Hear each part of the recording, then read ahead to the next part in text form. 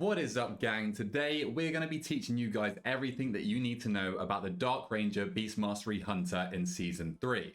We're going to be covering everything from talents to your stats, your gear, consumables and enchants, the rotation, your utility and defensive usage as well, the pets that I'd recommend you to use, and also any macros that I use. But let's first kick things off with the talents. This is going to be the general build that you're going to be rocking as your Dark Ranger Beast Mastery Hunter, and not too much changes. There are a few things that can change in the class side of the talents, so we'll quickly touch on those. You do actually want to be playing Misdirection as a Beast Mastery Hunter if you're playing Dark Ranger, because a lot of your damage comes from Black Arrow, so it actually does get redirected. Normally we'd skip out on this point as a Beast Mastery Hunter because your pet's damage doesn't actually get redirected, but as Black Arrow is such a large portion of our damage, this does actually become useful. Also, we wouldn't normally take Death Blow, but Kill Shot becomes Black Arrow with the Dark Ranger hero talents, so this is vital, this is essential. Black Arrow, like I've been saying, is the majority of your damage and how your whole kind of spec plays, and it just completely revolves around this button. So giving Kill Command a 20% chance to reset the cooldown of your Black Arrow and make it usable on any target regardless of their current health is muy bueno, and we definitely need to be locking that in. Now, the talents that you can swap around here are Kodo Tranquilizer. We could swap into Devil Sword Tranquilizer in your dungeons like Gambit and also Halls of Atonement, where enrages become more of an issue. So you can do that. You could even swap it out for Tar Trap as well if you want. This is going to help your tank kite, or there's a lot of mobs actually in Season 3 that start to flee when they get to a certain amount of health, so this can actually help slow them down and prevent them from ninja pulling other packs. You can also swap out Bursting Shot. You could swap that out for a Scatter Shot as another single target stop. I'd never really recommend using Bursting Shot as an AoE CC because it will just shoot the mobs away and it will make it so much harder to group them up to efficiently cleave them down and also efficiently CC them. So I probably would advise taking Scatter Shot instead, or again, even swapping that out, and you can take Territorial Instincts to reduce the cooldown of Intimidation. You can take Scrappy as well to further reduce that cooldown and also reduce the cooldown of your Binding Shot. There's quite a few options, and these points are actually very flexible, but as I would probably lock them in a Scatter Shot and also your Kodo Tranquilizer. Now, the other notable talents that I do want to touch on is Emergency Salve down here. Again, another flexible talent point outside of Arakara and Dawnbreaker. So whenever we use Feign Death or Aspect of the Turtle, it's going to remove poison effects from you. We don't really care about the disease effects this season, but in Arakara, the Engorged Crawlers that apply the Venomous Spit, you can use Feign Death or Aspect of the Turtle to remove that from you, help out your healers, so healers don't really need to dispel you as a hunter. And you can also dispel yourself from the Cultivated Poisons on the last boss to prevent that horrible dot on you, but just be careful where you do that because you don't want to fire the waves out at your friends and get them killed. Outside of those two dungeons, you can even swap out this point as well, and again, you could even pick up Tar-Coated Bindings, but there's a lot to play around with here. So we're going to lock that in as a default choice for now anyway, as it is. And then what else I want to touch on is Binding Shot is going to be your AoE stun, but it does need to be triggered. So the mobs need to be pulled more than 5 yards away from the arrow, so try and coordinate that with your tank if you can. But we also take Implosive Trap, which knocks the mobs up further than 5 yards, so you can actually use this as an AoE stop, and that's the whole point of this. But if you whack down a Binding Shot first and then send the Implosive Trap, it will knock the mobs up in the bind, which will trigger the Binding Shot stun and stun them for 3 seconds. So nice little piece of tech there. It is a bit finicky, but the option is there if you need it. So that is everything covered for the class side of the talent tree. Let's move over to the Dark Ranger tree then and kind of talk to you guys about how this works. So your Kill Shot now becomes Black Arrow. Black Arrow deals a hell of a lot of damage and also leaves a 14-second dot on the mob that also spreads to all nearby mobs around it. So it starts just ticking this Black Arrow damage over time on all of the mobs whenever you Black Arrow a target surrounded by a load of mobs. Now, instead of just being usable on mobs lower than 20% health, Black Arrow also is able to be used on targets above 80% health. So above 80% health and below 20% health, and also when you get a Death Blow proc from your Kill Command and also your auto shots, Death Blow resets the cooldown of your Black Arrow and makes it usable on any target regardless of their current health. So that's how Black Arrow works. Whenever we use Black Arrow as well, we are talented into Ebon Bowstring, so casting Black Arrow also has a chance to proc the same Death Blow. So you can fire a Black Arrow and then immediately get another Black Arrow proc, and I mean, it feels unreal, but that's some huge damage as well. Like, this ability right here is the whole reason that this spec does so much single target damage, and that's why you do opt to play this build. So then we have Bleak Powder. Now this is kind of the AoE part, and on AoE this is going to be probably your highest damage source. So Black Arrow now explodes in a cloud of shadow, dealing damage to all enemies in an 8-yard cone behind the target. So it's not an explosion around the target. When you fire the Black Arrow, it deals damage in a cone behind it. So just keep a note of that, because you don't want to be Black Arrowing the mobs at the back of the pack, because the Bleak Powder isn't going to explode onto anything else.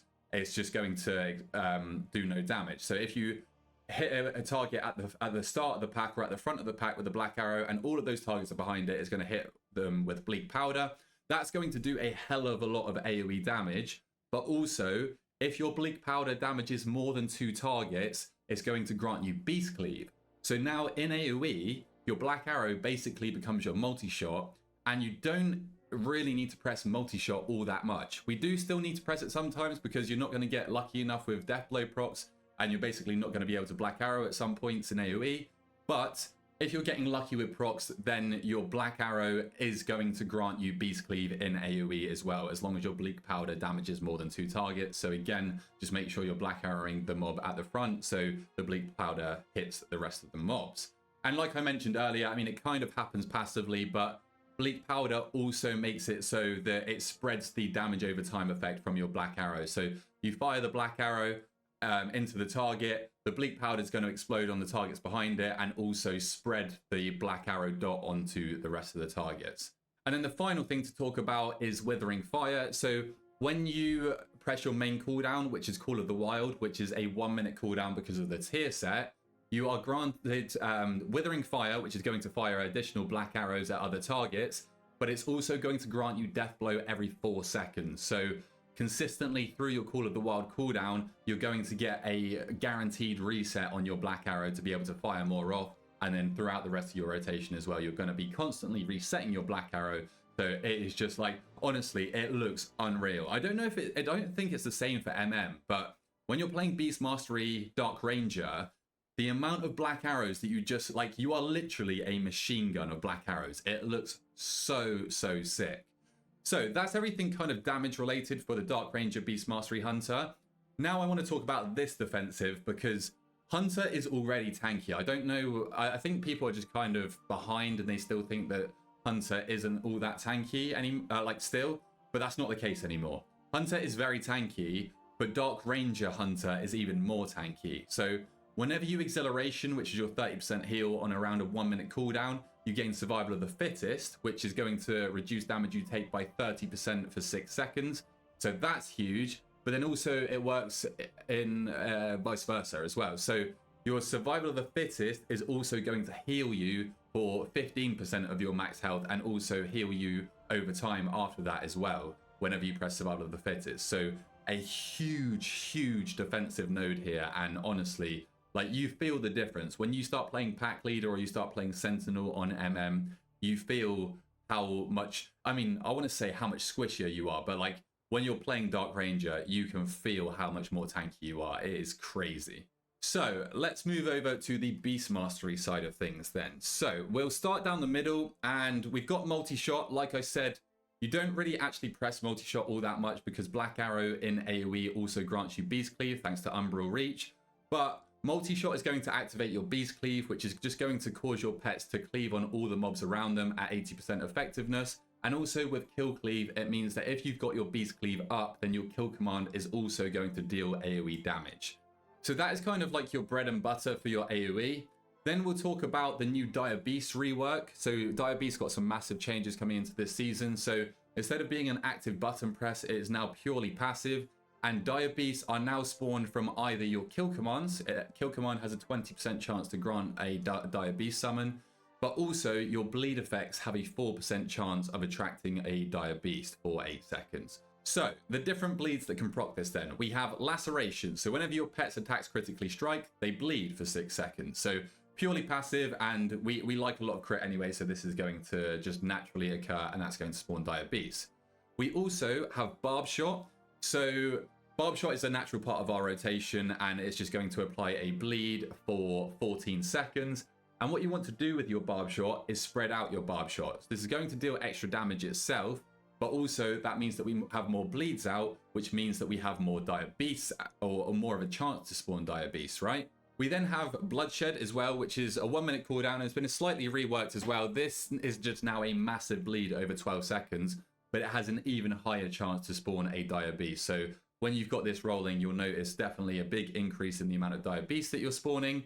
Then every 12 dire beasts that we summon, we're going to summon a Fenrir, which is going to inflict a 8-second bleed. This is a huge bleed on single target, but this is going to be another bleed that is going to contribute to dire beast summons. So that's every 12 dire beasts that we summon, because every 6 it will alternate between Haiti and Fenrir.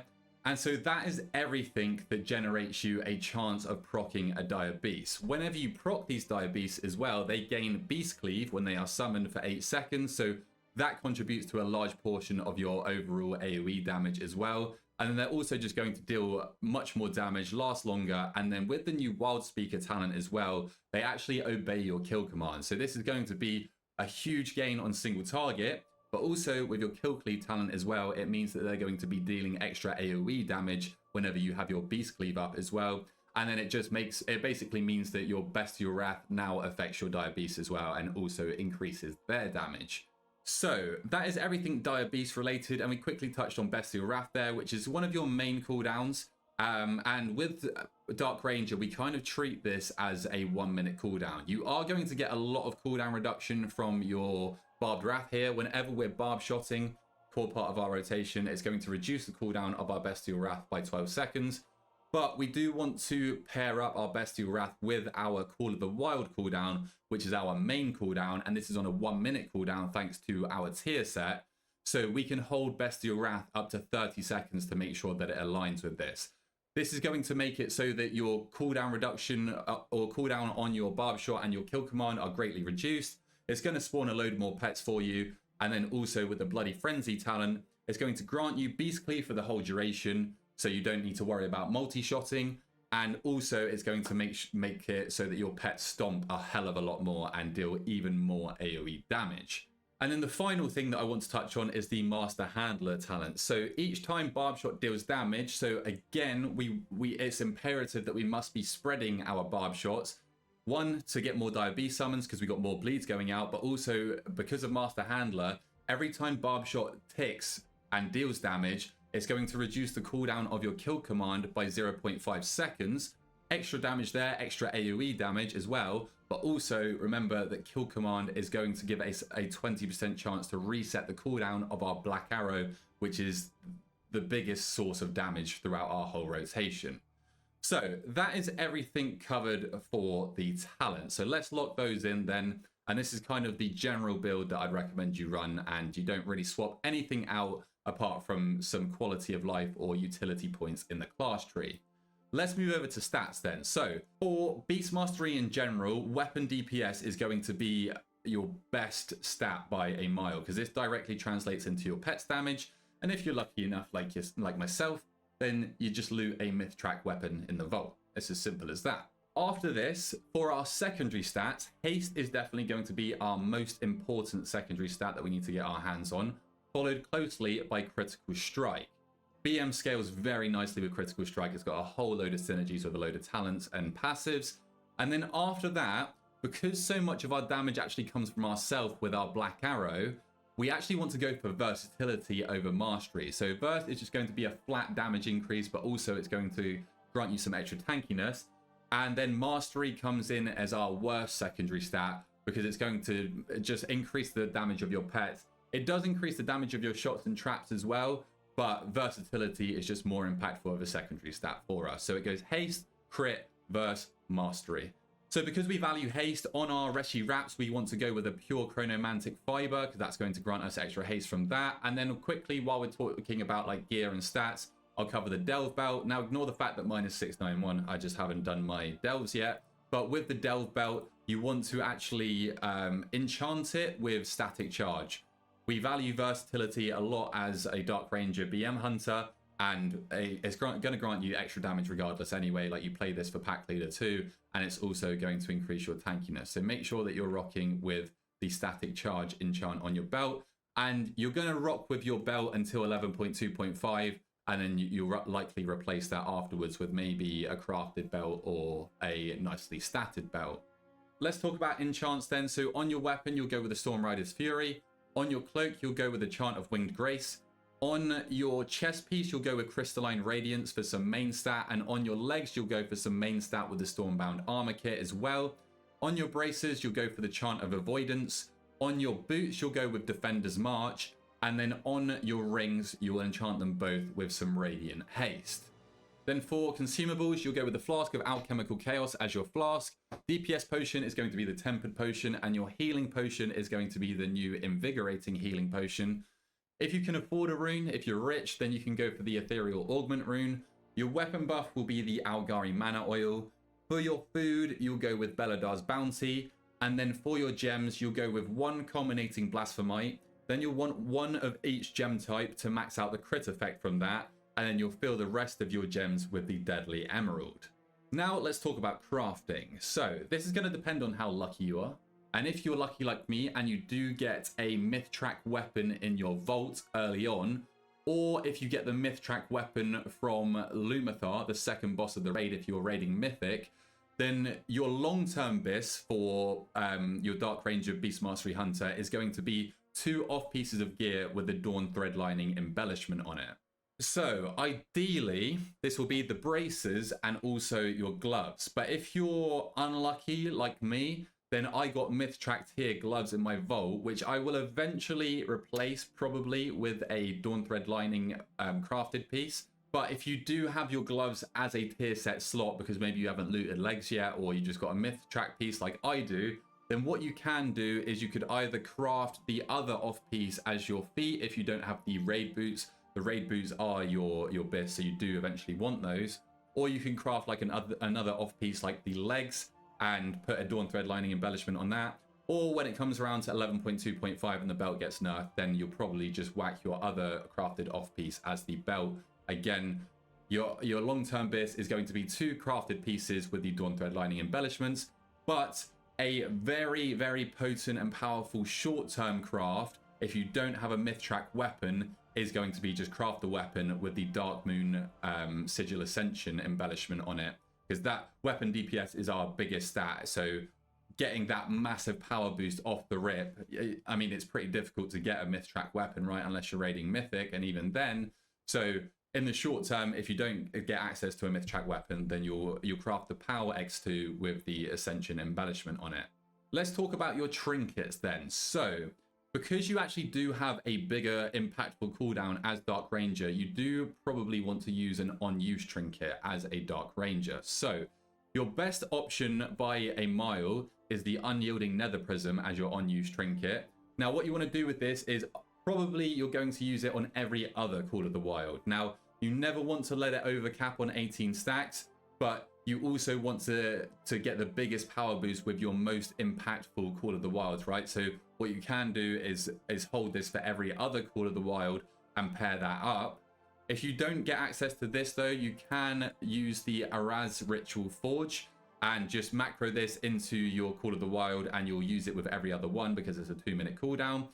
And then for your BIS passive trinket, because you're going to want to run with 1 on use and 1 passive trinket, your BIS passive is going to be the Astral Antenna by a landslide. So hopefully you can get your hands on this. But if not, there are a few other options from Mythic Plus. So in Floodgate, you have the Improvised Sephorian Pacemaker, and you want to make sure that you pair your Call of the Wild up with the crit effect from this. Other good options are the Arikara Sack Brood and also Celia's Secret Technique from Gambit. But your Mega Bis is going to be the Unyielding Nether Prism and the Astral Antenna paired together. Right, let's move on to the rotation then, which is probably what you guys are all here for. So let's kick off things with some general tips for the Beast Mastery. So a core part of our rotation is our barb shot, and whenever we barb shot, it's going to grant us a stack of frenzy, which is going to increase our pet's attack speed by 30%. This stacks up to 3 times, and you want to get that stacked up to 3 times as quickly as possible, because that is going to then increase your pet's attack speed by 90%, and that is a huge difference in damage. And then one of your main aims as a Beast Mastery Hunter is to make sure that we keep our barb shot, or keep our frenzy stack, sorry, at 3 stacks the whole time. And now what you might have to do here is actually delay your barb shot, especially as Dark Ranger, because you're not playing Wild Call, so you don't get random resets on your barb shot.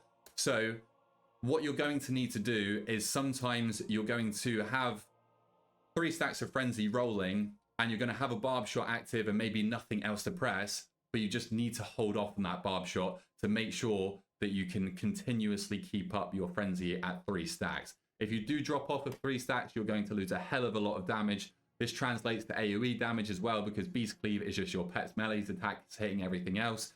So one of our highest priorities is to make sure that we're spacing out our barb shots and just getting up to 3 stacks of frenzy as quickly as we can, and then maintaining them there. The next general tip that I'd give you guys for Dark Ranger is to just use Black Arrow on cooldown. It is such a large portion of your overall damage. It does amazing single target damage, it does great cleave damage, and it also does amazing AoE damage through Bleak Powder. It interacts with your rotation in so many different ways, and it is just basically always your highest priority to send. So as soon as this button lights up, you press it.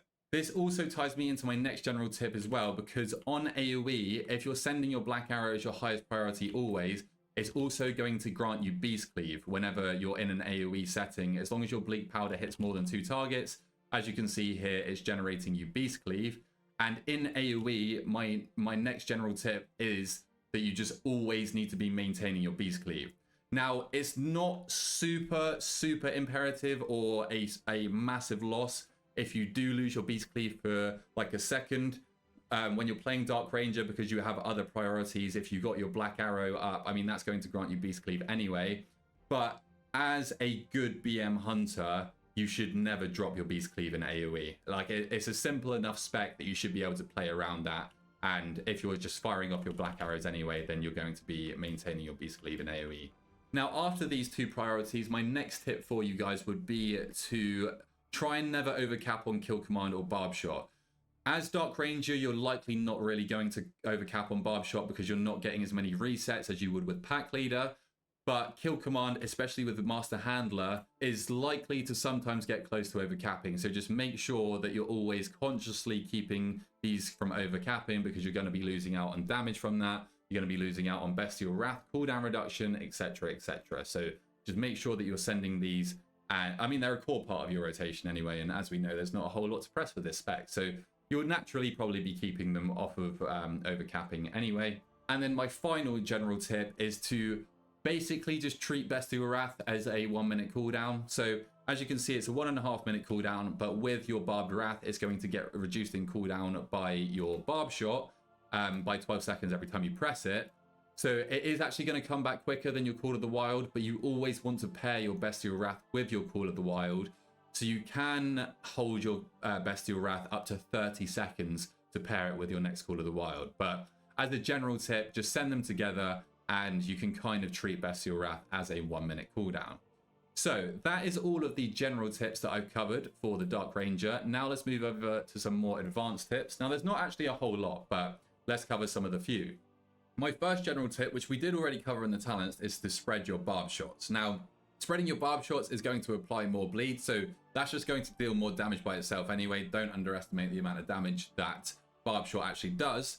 But with your Dire Beast, barb shot is also spreading these barb shots is going to apply more bleeds, which is going to give you even more of a chance to summon extra Dire Beasts, because more bleeds are ticking, because there's more barb shots out, so more Dire Beasts are going to spawn, which means more single target, but also it means more AoE through Dire Cleave. But with your Master Handler talent as well, the more bleeds that you have out, the more times barb shot is dealing damage, which reduces the cooldown of your kill command by 0.5 seconds. That means more single target damage and AoE damage as well, just from the kill commands alone. But your kill commands also have a chance to grant you death blow, which means more black arrows, which means even more single target damage and means even more AoE damage as well. The best way of doing this is to get a mouse over macro, which I'll leave in a paste bin in the description. And even if I'm targeting this guy, I'm not targeted over anything, so it fired the barb shot at my current target. But while I'm targeting this, I can mouse over this nameplate, which is my plater nameplates, by the way, and barb shot, and that will fire over there. And then again, I can spread that to this one as well. And we're just spreading out these barb shots. You want to try and aim to have like probably 2 out at any one time if you can, and if you get lucky, then you can actually sometimes have 3 bleeds out, and that is just going to grant you some extra chances at spawning some diabetes. And as you can see here, even with 1 out, like it is lucky, but I am getting these diabetes spawn here.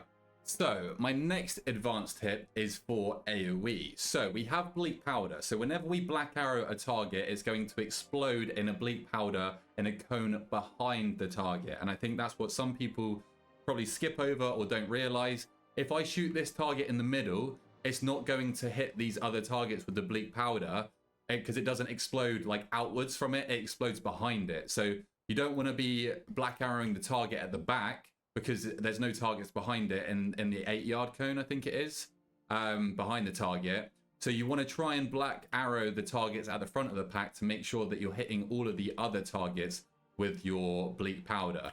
Because also, if you don't hit at least 2 targets with the bleak powder, you're not going to be granted beast cleave from the black arrow.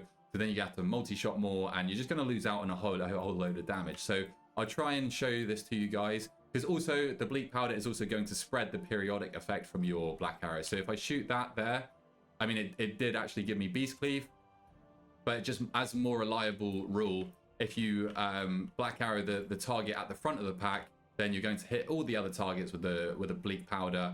That's going to spread out your black arrow. It's going to deal much more damage through your bleak powder, as you can see, and it's also going to grant you beast cleave. And then the final advanced tip that I've got for you guys is when you enter your Call of the Wild, you're going to be granted Withering Fire. So this is going to fire additional black arrows at other targets, but more notably, it's going to grant you Death Blow every 4 seconds. So I actually have a weak aura that tracks when the black arrow is going to be procced, which will come up now. There we go. So it's on the side here. Let me get rid of that. So it just tracks my black arrow, and inside my Call of the Wild, it's the only time that this weak aura shows up, and it just counts down from 4 seconds, as you can see here. So before I go into my Call of the Wild, I'm going to black arrow, then I'm going to Call of the Wild, I'm going to black arrow, and as it comes up, I'm spamming here, because I don't want to munch any black arrow proc. So as it's coming, I'm spamming black arrow to make sure that I'm getting the black arrow fired off as soon as it comes up, and you fire that. And again there, so I got a proc just before that actually, and once more we'll fire it, and then we'll fire it straight off again. So I'd recommend that weak aura. I'll leave that in the description below, and that's going to mean that you get a lot more black arrows and you stop munching them, because as I've said a million times through this guide, black arrow is so important to the majority of your damage, even in AoE. So that is the general and advanced tips covered for the Dark Ranger. So now let's cover the single target rotation and also the AoE rotation. But we'll start with the single target opener and also the single target priority system. All right, so let's start with single target then. So I have already recorded this, so that just means that I can slow it down for you guys and really break down my decision making and my thought process on every button that I'm pressing. And if you guys are struggling to keep up, then my actions will be recorded in the bottom right down here, which you will see. So, single target opener. This is going to be only really for bosses in Mythic Plus and also Raid. So what you're going to do is, as you approach the boss, as long as you're not already in combat with it, then you're going to Hunter's Mark. If you're already in combat with the boss or the enemy, then it's not really worth it to press a Hunter's Mark. I mean, in boss cases, I probably still would, to be fair, but normally you can get it up before you actually get into combat. So, we're going to start with a Hunter's Mark here. Then we're going to go straight into a Black Arrow. Now, Black Arrow is always our highest priority ability. So whenever that comes up, we're going to be pressing it. It's huge damage, especially for single target damage. So we start with a Black Arrow, straight into a Barb Shot, which is going to send our pets in and also get 1 stack of our Frenzy rolling. Then immediately after this, we're going to start sending all of our cooldowns. So we want to get our Bloodshed on cooldown ASAP. Then we're going to send our Call of the Wild. Now, if you did get lucky with a death blow proc, you want to always make sure that you fire your black arrows before you go into Call of the Wild, because when you enter Call of the Wild, you'll see we're going to immediately get another free black arrow, which we're going to send immediately straight after. So we send Bloodshed into Call of the Wild.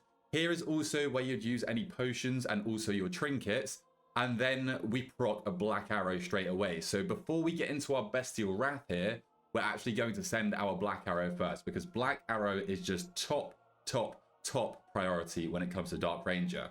Now in Call of the Wild, we're also going to get a free death blow proc every 4 seconds guaranteed from Withering Fire. So that's what this week aura is for right here. I'll leave a link to that in the description.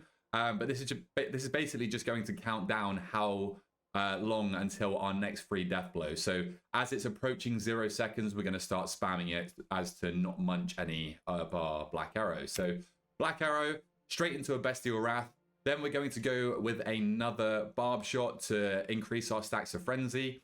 Now here my black arrow is coming up in 0.1 seconds. So what I'm hopefully going to do is just wait. Then we black arrow. As soon as that comes up, it reset. So because of our Ebon Bowstring talent, we got a reset or a death blow proc from firing our actual black arrow. It has a 15% chance to grant you another death blow. So we send it straight away again. Then after that, we're going to kill command. And that is our single target opener. So after this, we then follow a priority system, which I'll show on screen right here. But now it basically just comes back down to the same sort of premise. So black arrow, as soon as it's coming up, is going to be our main priority. I think I'm going to try squeeze in a kill command here. Then we're going to black arrow right there. I might have missed a black arrow there. I think I went 2 kill commands, as you can see down here. I think I got a little bit greedy. So what I probably wanted to do there was kill command once straight into a black arrow. So now we're going to barb shot. This is going to get us up to 3 stacks of frenzy. And then from here, what we're going to do is space out our barb shots. As Dark Ranger, you don't get that many resets on your barb shots, nowhere near as many as Pack Leader. So you do actually have to be a little bit more careful when it comes to spacing out your barb shots to make sure that we're maintaining our frenzy at 3 stacks, as that is also one of our highest priorities. So then black arrow's coming up now, so I'm going to squeeze in a kill command before, and then I'm going to immediately black arrow again right there. Then we're going to kill command. That gave us a death blow proc, because kill command has a 20% chance to grant us a death blow, which means we can use our black arrow on any target regardless of their current health. So then we're just firing more black arrows. More black arrows again. Then we overcapped slightly on barb shot. Not as big of a deal for Dark Ranger. So our highest priority is always just to get our black arrows fired out. So we send that barb shot into a black arrow proc right there, and we get another one. And then right here, we fall out of our Call of the Wild window. So now we're no longer getting those guaranteed procs of black arrow. So the rotation kind of slows down a lot more at this point. So we're going to kill command.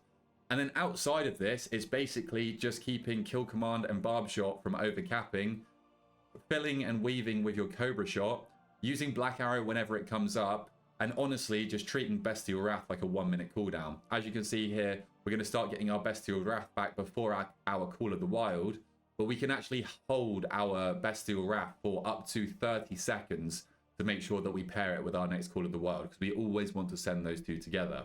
So we're just going to be kill commanding, black arrow whenever that comes up. Then we're going to see what people might do here is, instead of that Cobra shot that I've just fired, what they would probably do is send a barb shot. But that's going to start gradually getting us behind on our frenzy uptime, so that eventually you're probably going to run out of charges of barb shot before your frenzy actually falls off. So instead, what I do there, as to not overcap on focus as well, is weave in a Cobra shot. Then we're going to kill command, and as you can see, I'm just delaying this barb shot until this frenzy timer is going to be like almost done, and at that point I will then barb shot, because I don't want to ever run out of my frenzy stacks and drop them and have to build them all the way back up to 3. So as you can see, Bestial Wrath's back up here, but I'm saving it. I've got 20 seconds.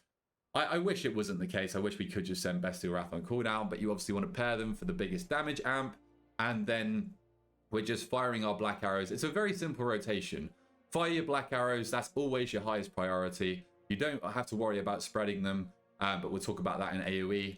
And then here, I would go straight back into another set of cooldowns. So I would go Bloodshed, fire all of my black arrows before I use my Call of the Wild. Then I send my Call of the Wild straight into a black arrow because I'm going to immediately get a proc.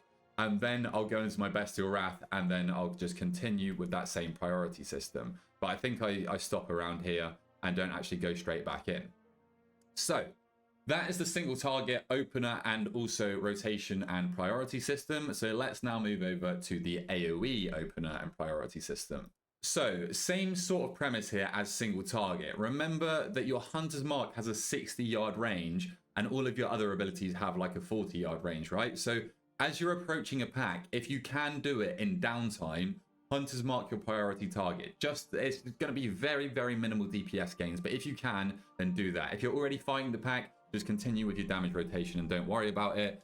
Especially with like trash packs and mobs, they're going to hit 80% very quickly, so it doesn't even become worth it. So we're going to start with the Hunter's Mark. Then our top priority always is to Black Arrow. So we're going to fire that off.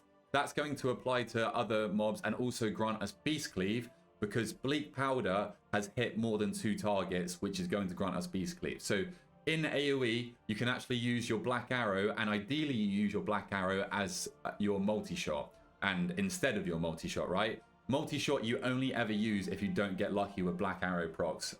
So we sent the Black Arrow.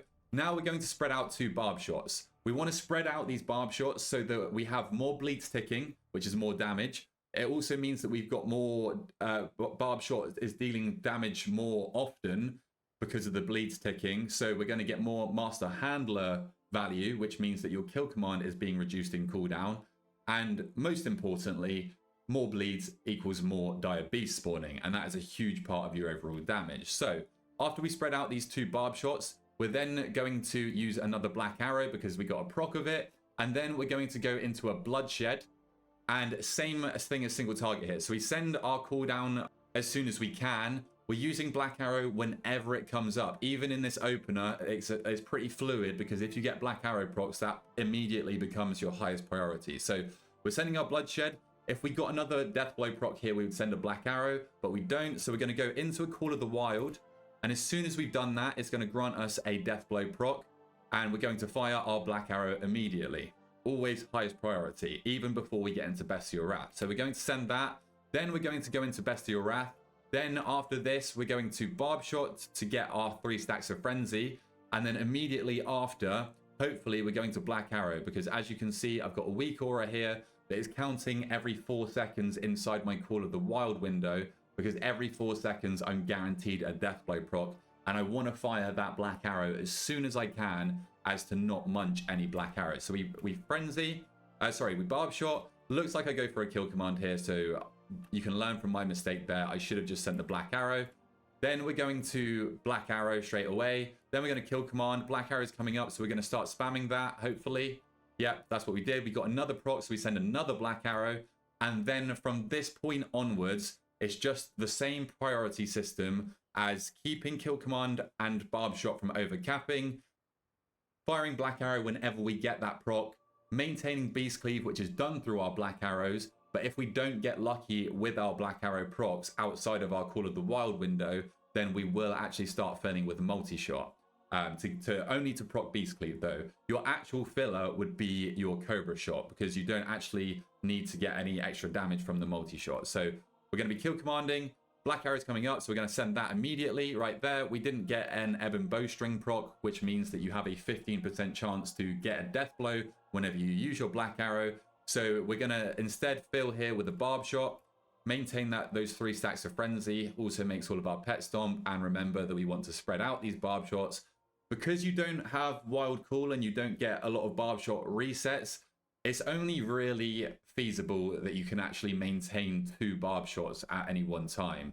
In your opener, you might be able to get 3 out at any one time, but after that point, it's likely that you're going to have 1 or 2 Barb Shots rolling. But you want to try and spread them if you can. Then we're overcapping on kill command, so we're going to kill command here. Then we've got our Black Arrow coming up in anticipation, even before it was off of cooldown. Because I'm tracking it here, I'll leave this weak aura in the description. I was preemptively spamming my Black Arrow to immediately fire it off, just in case I get a Deathblow proc in the same global. So then we're going to kill command. Then we're going to Barb Shot. What I probably should have done there is actually delayed that barb shot and just gone for another kill command, because that barb shot actually procced me another charge of kill command through my War Orders talent. And also I want to make sure that I can maintain my frenzy uptime. So as Dark Ranger, you do actually have to delay your barb shot slightly. And it's not so much about getting the damage out from barb shot or the stomp damage out from using your barb shot. It's about just using it to maintain those 3 stacks of frenzy so that your pets are always beast cleaving at 90% attack speed. So here we've got the black arrow coming up. So I send that immediately. We get proc. We send it again. Kill command, because that's overcapping. You are going to overcap with these sometimes. Mainly kill command, but that is just purely a priority system. And you will drop basically anything to fire off your black arrow, because it just does a crazy single target, crazy cleave damage, crazy AoE damage, also grants you beast cleave as well. It is just like the pinnacle of our rotation, and that is the biggest damage source by far. So that's pretty much it. Very simple rotation outside of that. As you can see, I didn't get a black arrow proc there, and my beast cleave fell off, so I actually had to multi-shot there, which is something you don't do that regularly as Dark Ranger, because you're always kind of getting these black arrows that are going to grant you beast cleave instead. So instead, what you fill with is Cobra Shot, because that's going to reduce the cooldown of your kill command by 1 second, I think it is. So we're not actually using multi-shot to do damage, or we're only using it to maintain our beast cleave if we do run out of black arrows. But that's pretty much it. That is the rotation. And then we're going to hold our Bestial Wrath for our Call of the Wild pretty much all the time. You can hold your Bestial Wrath for up to 30 seconds. If you have more than 30 seconds left on Call of the Wild, then you can send your Bestial Wrath, but honestly, I'd just recommend treating it as a 1-minute cooldown. So that's the rotation. As our cooldowns are coming back up here, what I'll do is make sure that I'm maintaining my Beast Cleave, my 3 stacks of Frenzy. I'll use my Black Arrow on cooldown. Then after that, I go Bloodshed into a Black Arrow because I got a proc. And I want to make sure that I consume all my Black Arrows before I press Call of the Wild, because Call of the Wild is going to generate me a Deathblow proc, which is going to mean I can Black Arrow. So I Black Arrow, Call of the Wild, Black Arrow into a Barb Shot first, because I want to maintain that 3 stacks of Frenzy. I don't want to drop that off if I was to go for a Bestial Wrath here. So I do that, into a Bestial Wrath, into a Black Arrow, and then I continue my rotation from there. So that is also the AoE opener, and then the AoE rotation and priority system. Right, so that is the rotation covered. Now let's talk about the defensives and how to use them. So I don't know why there's still this narrative that Hunter's not tanky, because my god, we are so tanky. BM's even tankier, and then Dark Ranger BM is even tankier. But let's cover each defensive and sort of how to use them. So we've got Survival of the Fittest. This has got 2 charges. It's on a 1.5-minute cooldown. And this is your kind of main defensive cooldown. This is going to reduce the damage that you take by 30% for 8 seconds. And like I said, it's got 2 charges. So you can be pretty liberal with how you use that first charge so that you're not wasting like defensive potential there. And this is going to be kind of that button that you use to prevent yourself from being one-shot, or if you're taking like a lot of rot damage, okay? So then the other main defensive that we have is Exhilaration. Now this is on a 2-minute cooldown, but with the talent Natural Mending, it's going to be reduced to basically a 1-minute cooldown. This is a 30% heal. As BM, you can actually use this to heal your pet as well, because that's going to be a basically lay on hands for your pet. It's going to heal it for its whole health bar, but we want to be using this for ourselves. So it's going to heal you for 30% and then heal you for an additional 12% over 8 seconds. But what I want you guys to remember is this is on the global cooldown. So there's a lot of times where people get themselves killed because they try to squeeze out an extra global of DPS. Instead of just exilling, being safe, and then being able to stay up for the rest of the fight and deal even more damage, they'll likely get themselves locked out. So just remember that this is on the global cooldown. And then with these 2 defensives that I've just talked about, with the Smokescreen talent from Dark Ranger, Exhilaration is going to grant you 3 seconds of Survival of the Fittest. So whenever you use Exhilaration, which is on a 1-minute cooldown, you can actually use it even if you're at, like, let's say 90% health and you don't need the heal from it. You could use Exhilaration for a 1-shot that's coming in, because it's going to grant you 30% damage reduction, because it's going to grant you Survival of the Fittest. And then vice versa, you're probably maybe already lower HP if you're using your Survival of the Fittest. Maybe there's some rot damage coming in or something. And this is going to proc your acceleration, so that's going to heal you for 15% of your health and then 6% of your health. So this just makes the BM Hunter even more tanky. Like, this talent is so powerful. It's ridiculous, and you really feel the difference when you're playing like different hero talents, and then you come onto this and you have Smokescreen, because this shit is ridiculous. So that is those two abilities covered. Now let's talk about Aspect of the Turtle. So this is on a 2.5 minute cooldown.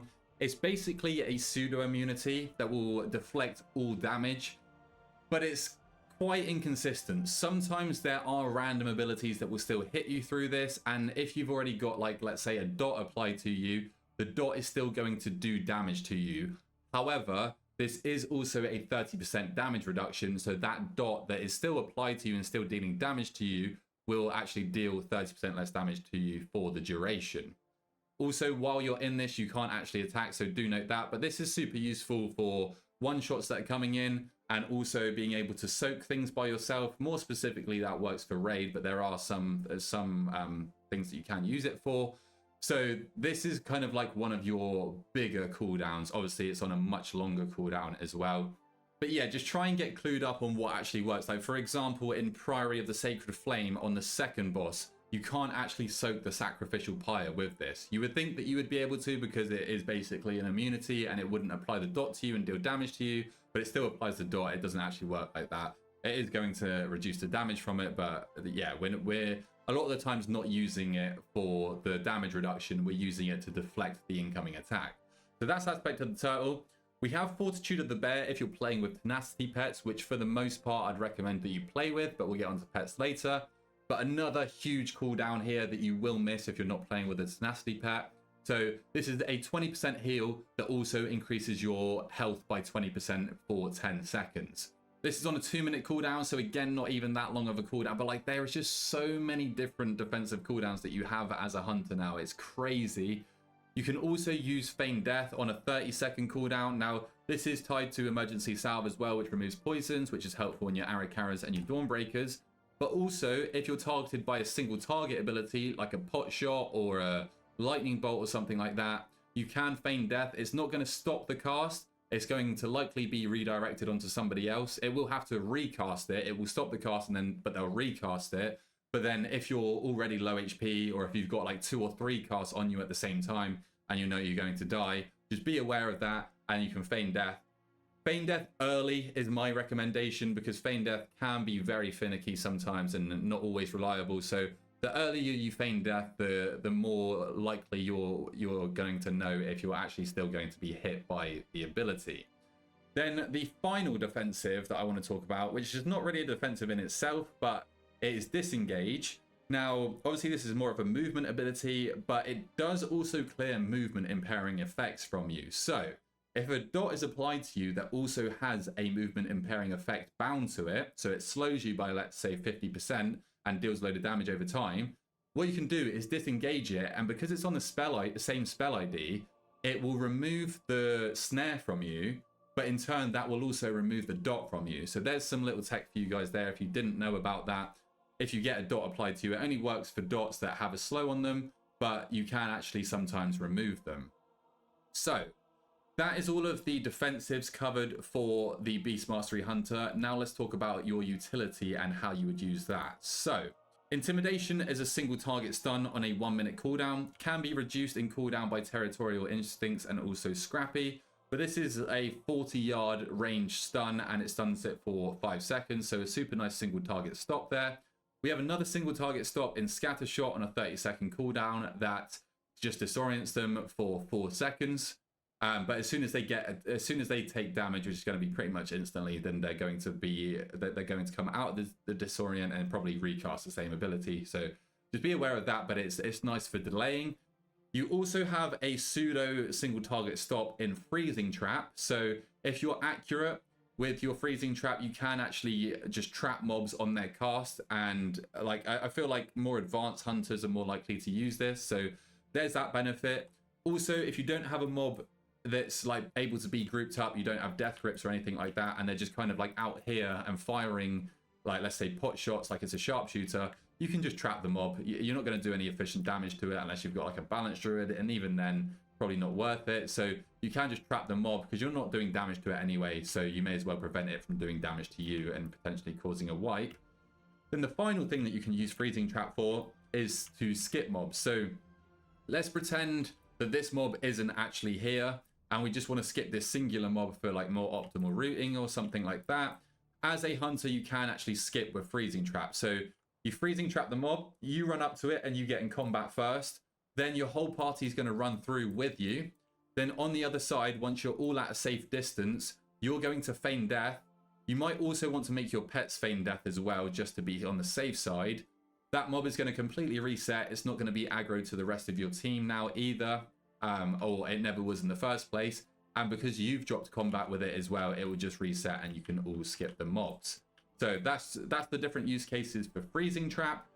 Now let's talk about Binding Shot. So Binding Shot is a 45-second AoE stun, but it must be triggered. So it's not like you can just set it and rely on it to just instantly proc and stun the mobs for 3 seconds. You're either going to need to get your tank to move away from the mobs, so maybe you'd make a macro saying that you've dropped your Binding Shot so the tank knows, or you also have another AoE stop and Implosive Trap, which will knock the mobs up, so you can use that by itself to AoE stop mobs from casting.